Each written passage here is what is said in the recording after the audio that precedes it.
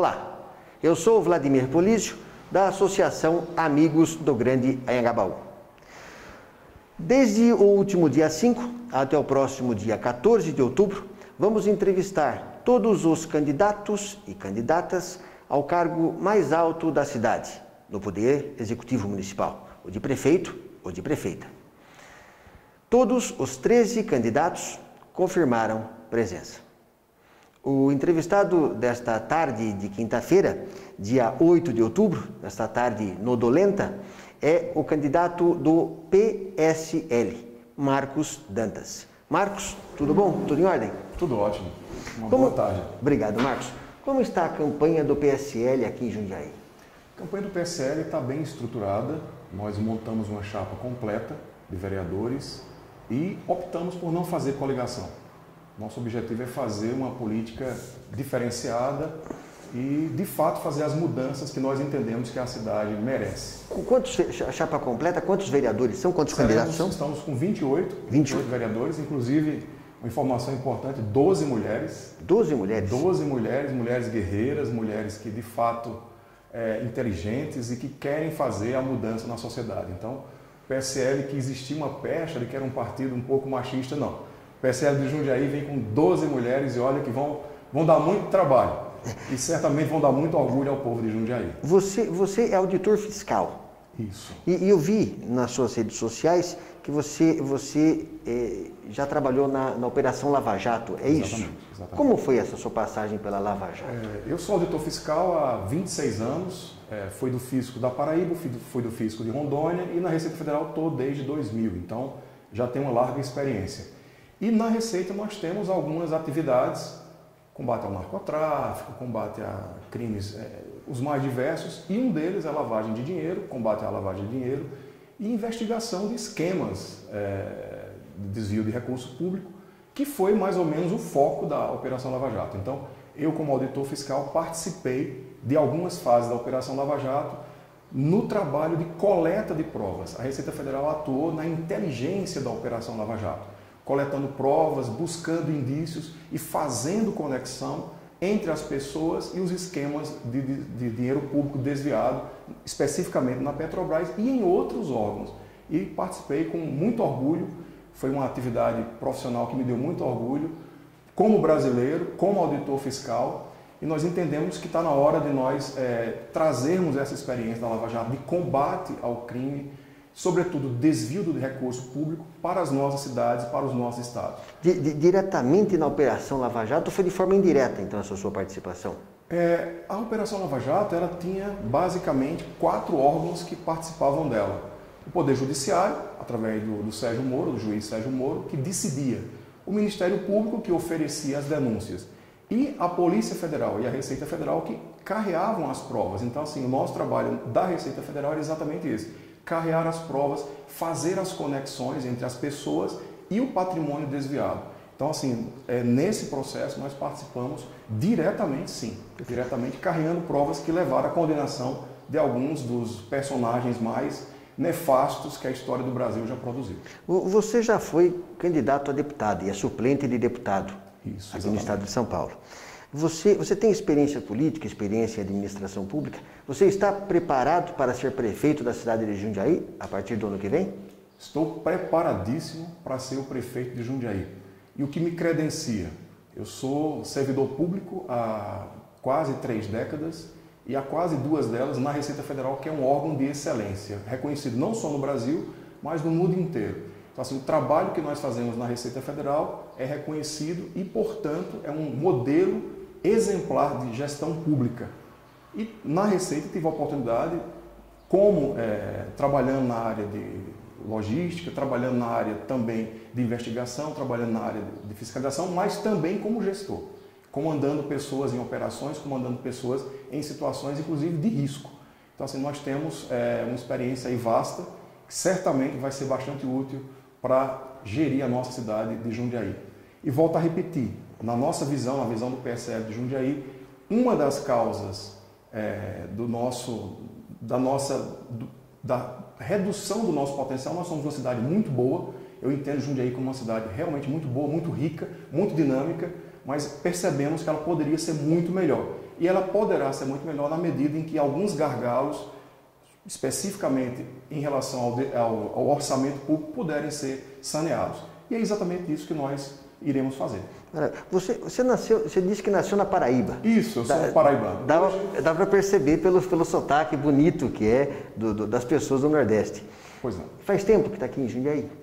Eu já moro em São Paulo há 20 anos, e em Jundiaí há muitos anos. Mas já trabalhava, antes de morar aqui, já trabalhava, tenho família na cidade, tenho amigos na cidade, então assim, já frequentava a cidade, já vivenciava a cidade há muito tempo.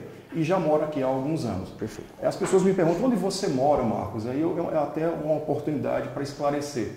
Na condição de auditor fiscal, nós trabalhamos com investigação de pessoas e de instituições e de organizações extremamente sérias e nocivas.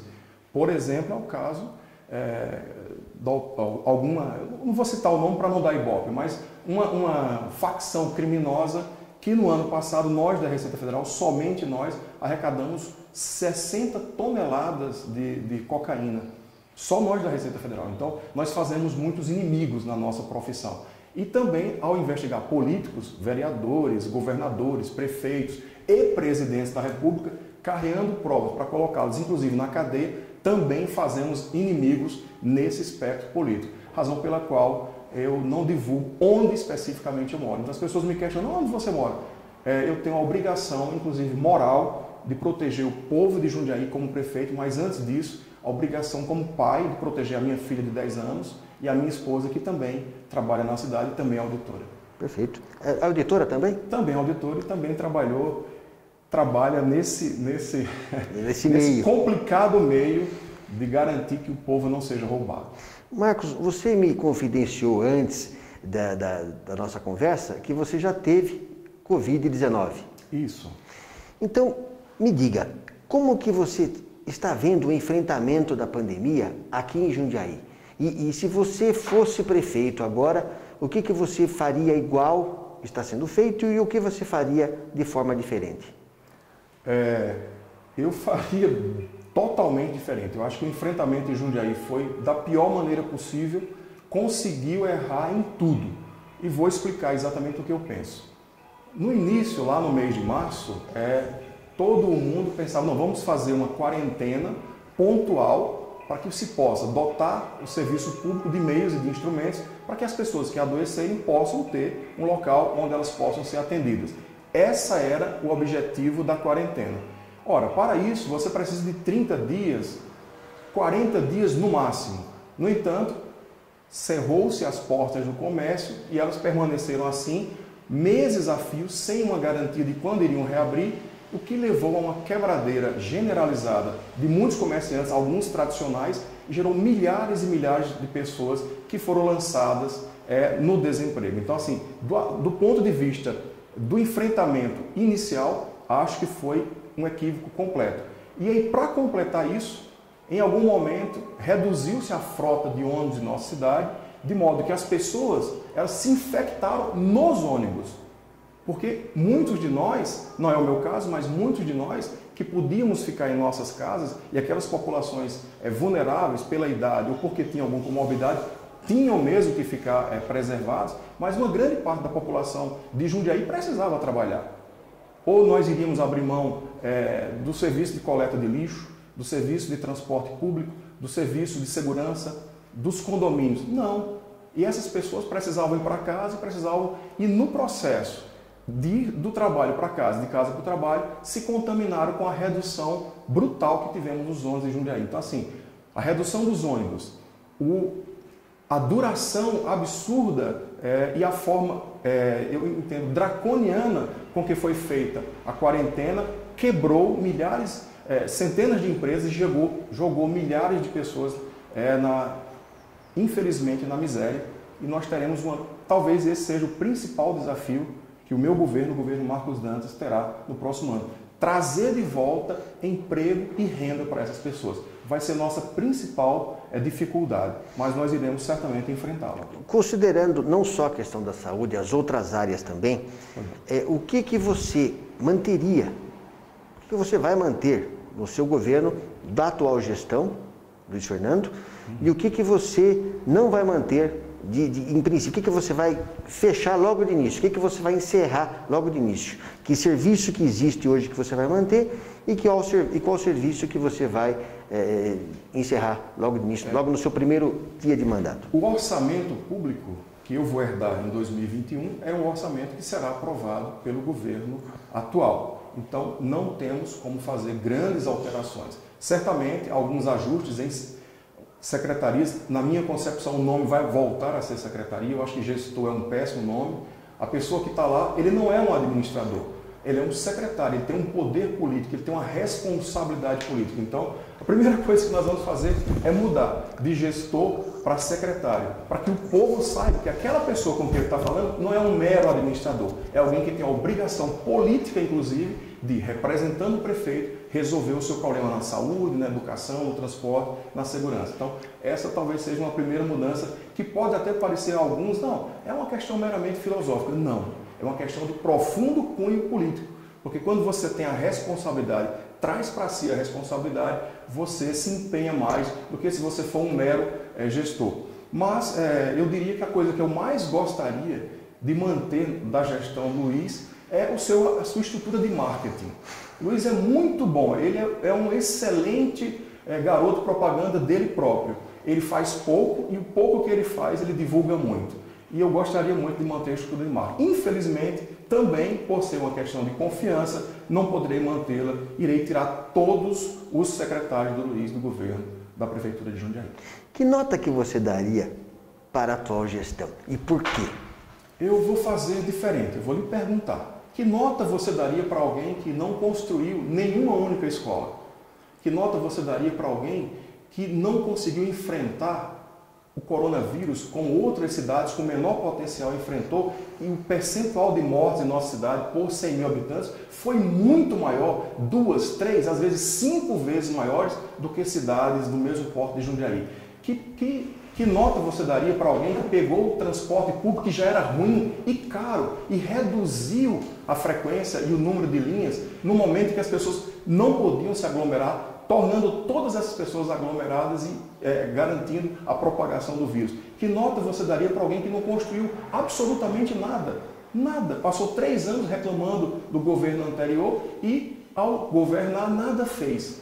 Eu acho que é uma nota muito baixa. E essa nota é mais baixa ainda quando você percebe, por uma questão política, de absoluta, digamos assim, subserviência ao governador João Dória, este homem, ao invés de defender a sua pessoa, as pessoas da sua cidade, as empresas da sua cidade, subserviente que foi ao governador, quebrou centenas de empresas e jogou na miséria pais e mães de família. Então, assim, eu acho que é uma nota, se não zero, muito próxima de zero.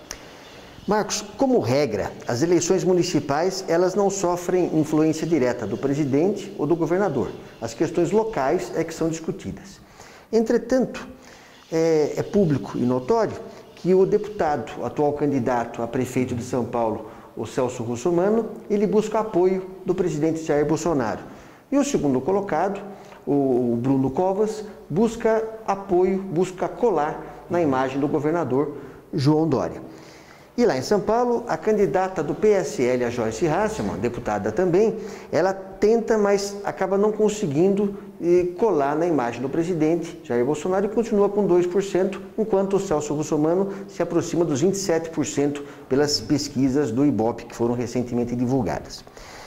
Em um vídeo, eu vi você se solidarizando com a figura do ex-juiz Sérgio Moro, logo que ele deixou o governo do presidente Jair Bolsonaro. Então, a minha pergunta, para você, qual que é o apoio mais importante para a sua campanha? O do presidente Jair Bolsonaro ou do ex-juiz Sérgio Moro? E se um deles vem para cá ou vai gravar algo em seu apoio, enfim. O principal apoio da minha candidatura é do povo de Jundiaí, do comerciante de Jundiaí, sobretudo o pequeno comerciante que está lutando para sobreviver, para manter-se vivo, e infelizmente daqueles que já não têm mais o seu comércio. Esse é o nosso principal apoio. Os erros sucessivos e grotescos do Luiz Fernando é que levaram a que nós possamos ter uma forte candidatura que a cada dia cresce mais e com grande chance de vencer no primeiro turno. Crave isso aí, olha, em primeira mão, podemos ganhar em primeiro turno essas eleições. Mas não vou fugir da resposta. Eu trabalhei com dois grandes homens e tive o privilégio de trabalhar com dois homens que mudaram a história do Brasil.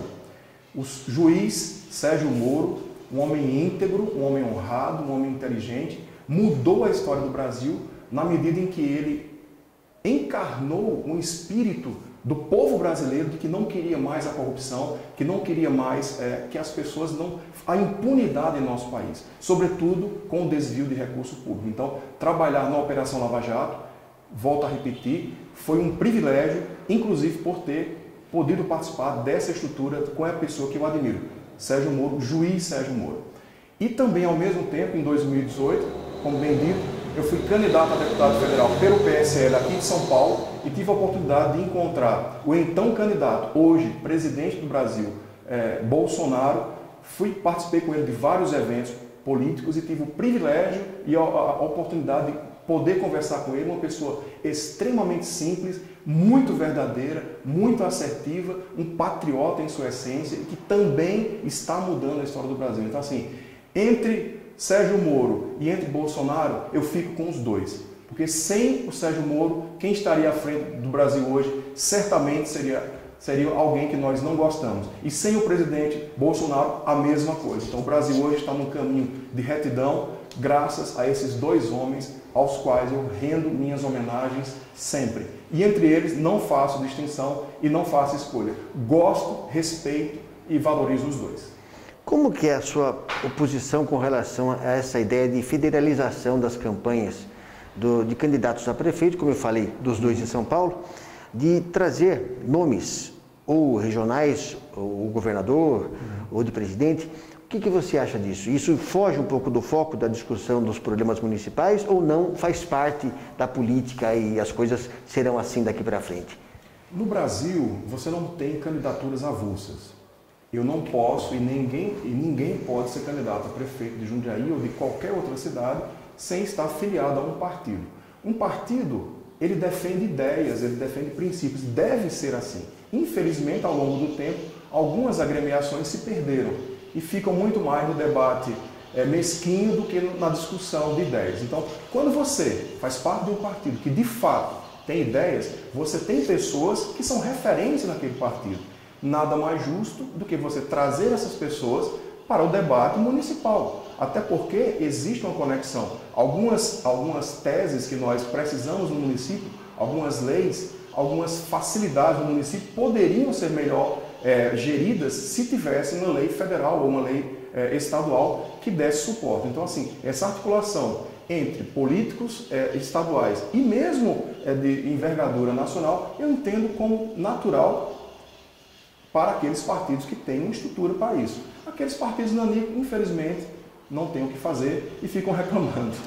E com relação a essa decisão, essa medida de ontem, anunciada pelo presidente Jair Bolsonaro, de fechamento, de encerramento das atividades da Lava Jato, como que você vê isso, sabendo que é uma decisão nacional, como que você vê a repercussão desse fechamento, desse encerramento nos municípios, e especificamente aqui para Jundiaí?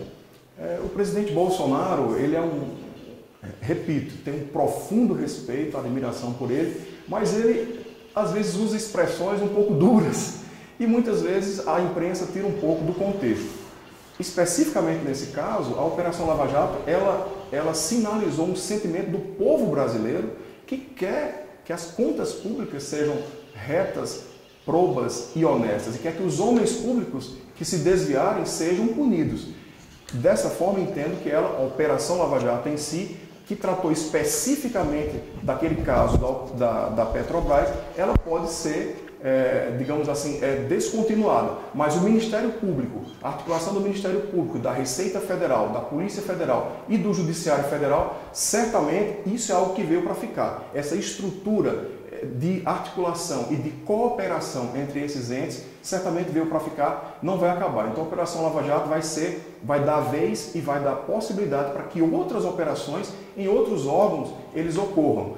E particularmente defendo e vou continuar defendendo que essa articulação aconteça nos estados e nos municípios. Inclusive, uma das nossas principais bandeiras é exatamente isso. Vamos trazer a Operação Lava Jato, que nada mais é do que um combate efetivo à corrupção, para o nosso município de Jundiaí, para que o povo de Jundiaí saiba que o imposto que ele paga, aliás, muito imposto, seja de fato investido na saúde, na educação, na segurança pública e no transporte e não desviado para o bolso de quem quer que seja.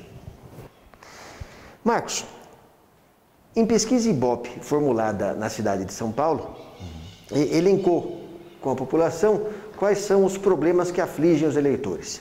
Em primeiro lugar, foi saúde, com 33%, depois transporte coletivo, com 11%, e depois vieram segurança pública, geração de empregos, combate à corrupção, educação, e em último lugar veio o meio ambiente. E você abordou já alguns pontos desses aqui no início da nossa conversa, com relação à geração de empregos por conta da pandemia e o combate à corrupção.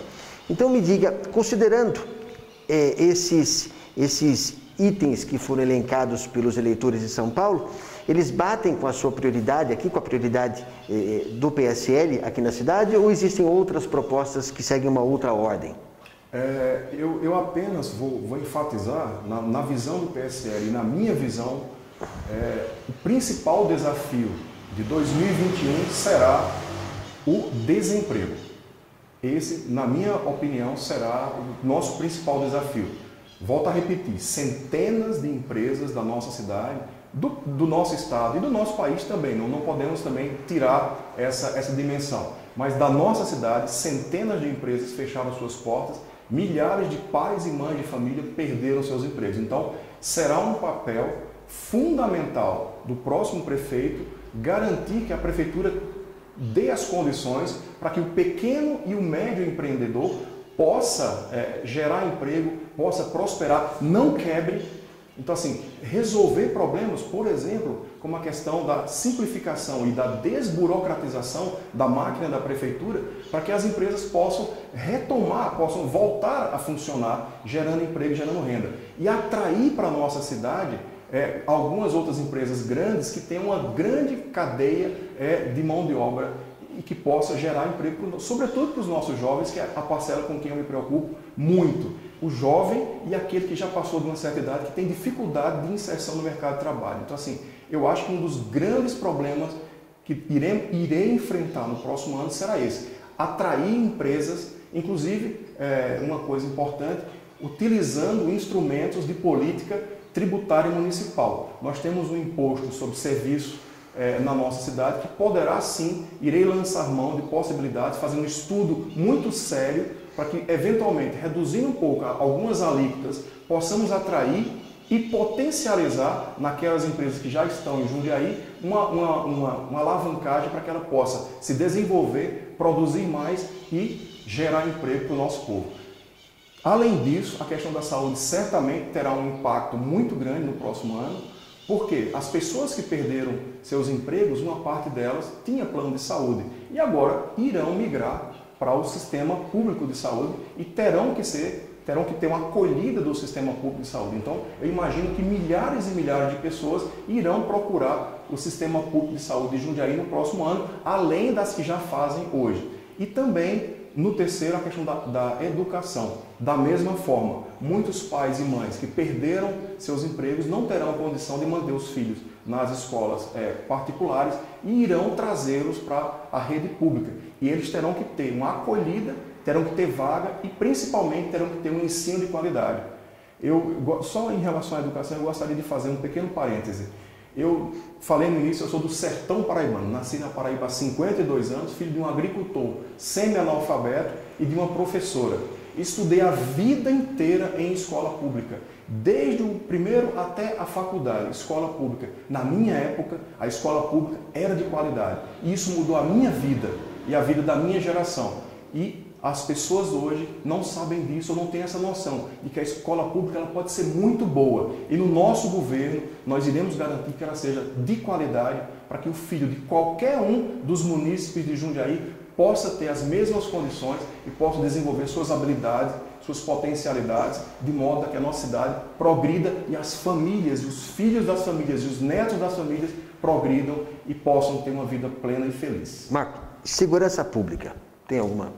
Esse é um tema muito caro ao PSL. O PSL tem uma relação muito direta com a segurança pública, inclusive a partir do próprio presidente Jair Messias Bolsonaro, que tem na segurança pública, teve na segurança pública uma de suas principais bandeiras como candidato e tem hoje na segurança pública uma das suas principais atuações como presidente. Então, nós do PSL temos essa visão, uma visão de que você não consegue ter uma sociedade próspera se ela não tiver segurança para os seus munícipes. E nós percebemos que em Jundiaí, infelizmente, nos últimos anos, isso houve uma deteriorização da estrutura social e, portanto, a violência aumentou na nossa cidade. Um dado que me causou muito alarme, em 2019, antes da pandemia, portanto, no Brasil nós conseguimos reduzir, através de políticas implementadas pelo governo federal, uma redução em crimes violentos e em assassinatos de 25%, ao passo que em Jundiaí aumentou em quase 200% o número de pessoas que perderam suas vidas através de crimes violentos. Então, é algo que está me preocupando muito. Percorrendo a cidade, nós estivemos em todos os bairros da nossa cidade, a Ponte São João, o centro, e aqui um pouco no Anhangabaú também, nós encontramos pessoas em condição de vulnerabilidade, pessoas, moradores de ruas, mas parte desses moradores, grande parte, adictos, através de drogas e através de álcool. E são pessoas que praticam pequenos furtos e praticam intimidação do cidadão de Jundiaí. Isso é muito presente, sobretudo em pessoas idosas. E nós entendemos que isso também é um problema de segurança pública, não só de saúde.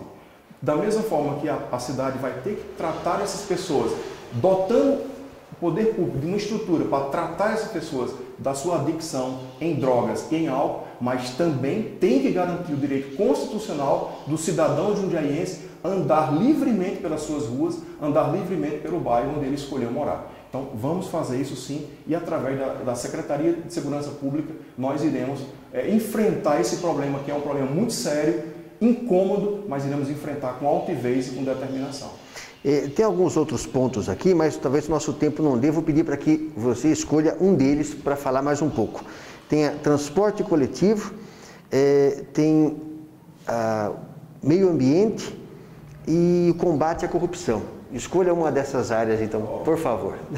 Combate à corrupção é a minha bandeira central, então eu vou me abster de falar sobre isso porque é exatamente o que eu fiz a vida inteira. Eu vou tratar de um tema que afeta diariamente 110 a 120 mil pessoas da nossa cidade, que chama transporte público.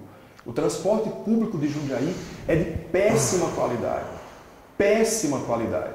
Nós estamos entre os 20 mais caros, as 20 mais caras tarifas do Brasil e os 20 piores tempos de espera. E agora, na pandemia, tivemos a redução do número de ônibus circulando, que gerou todo, na minha visão, gerou todo um potencial para que as pessoas infectassem nos nossos ônibus. Então, é algo que nós iremos enfrentar com muita determinação. Naturalmente que existem empresas que são concessionárias do serviço de transporte público, mas nós iremos fiscalizar rigorosamente o cumprimento dos contratos. Será que essas empresas estão colocando o número correto de ônibus, a quantidade de ônibus, os horários de ônibus? Será que todas as cláusulas dos contratos estão sendo cumpridas? Entendo que não. Entendo que a frota está sucateada, entendo que o serviço poderia ser de melhor qualidade. E uma questão que nós vamos fazer no nosso governo já no início, trazer de volta os cobradores de ônibus. Não com aquela função tradicional de simplesmente cobrar o valor da passagem, mas para auxiliar as pessoas a ingressar no ônibus e a sair do ônibus. Pessoas com déficit de mobilidade, pessoas idosas, pessoas grávidas e pessoas de deficiência física. Se você tem um cobrador, ele pode auxiliar a entrada e a saída dessas pessoas, que são cidadãos também que merecem todo o nosso respeito e têm que ter garantido o direito de ir e vir. Então, o transporte público será algo que nós iremos atuar de maneira muito firme logo no início do nosso governo. Marcos, então, para a gente finalizar, porque o nosso tempo é curto, por favor, passe então, nas conclusões finais, uma mensagem para o eleitor, a eleitora de toda a Jundiaí, que ainda não se convenceu, que ainda está indeciso na hora do voto, do porquê votar em Marcos Dantas, do PSL, para prefeito na próxima gestão. A nossa candidatura, a candidatura Marcos Dantas 17, representa a mudança na cidade de Jundiaí. Nós do PSL, e eu em particular, decidimos não vamos fazer conchavo, não vamos fazer coligação, não vamos aceitar ninguém que esteja na antiga política, na velha política. Nós queremos fazer um projeto novo, voltado para o povo, sem vícios e sem nenhum vínculo com pessoas e personagens que estão aí há tantos anos e que reconheço, fizeram muito pela nossa cidade, mas reconheço também, nos últimos anos e nas últimas gestões, afundaram a possibilidade de Jundiaí ter o seu potencial, de fato, de ser uma referência para o Brasil. Então, no governo Marcos Dantas, saibam disso, é um governo de mudança mesmo, para valer. Se você quer mudar Jundiaí, vote Marcos Dantas, porque Jundiaí é de todos e para todos. Eu agradeço a presença do candidato Marcos Dantas aqui para o nosso bate-papo. Já muito bom. Obrigado, Marcos. Eu que agradeço o espaço e a oportunidade de conversar com as pessoas do grande Anhangabaú. Bom, aqui comigo, eu convido você, eleitora, a acompanhar nossa série de entrevistas com os candidatos e candidatas a ocupar o cargo mais importante da nossa cidade, o de prefeito ou prefeita, pelos próximos 4 anos. As eleições deste ano serão dia 15 de novembro e, caso haja segundo turno, dia 29 de novembro. O horário de votação foi ampliado por conta da epidemia da Covid-19 e será das 7 às 17 horas. As pessoas com mais de 60 anos terão prioridade de votação entre 7 e 10 horas da manhã. Muito obrigado e até breve.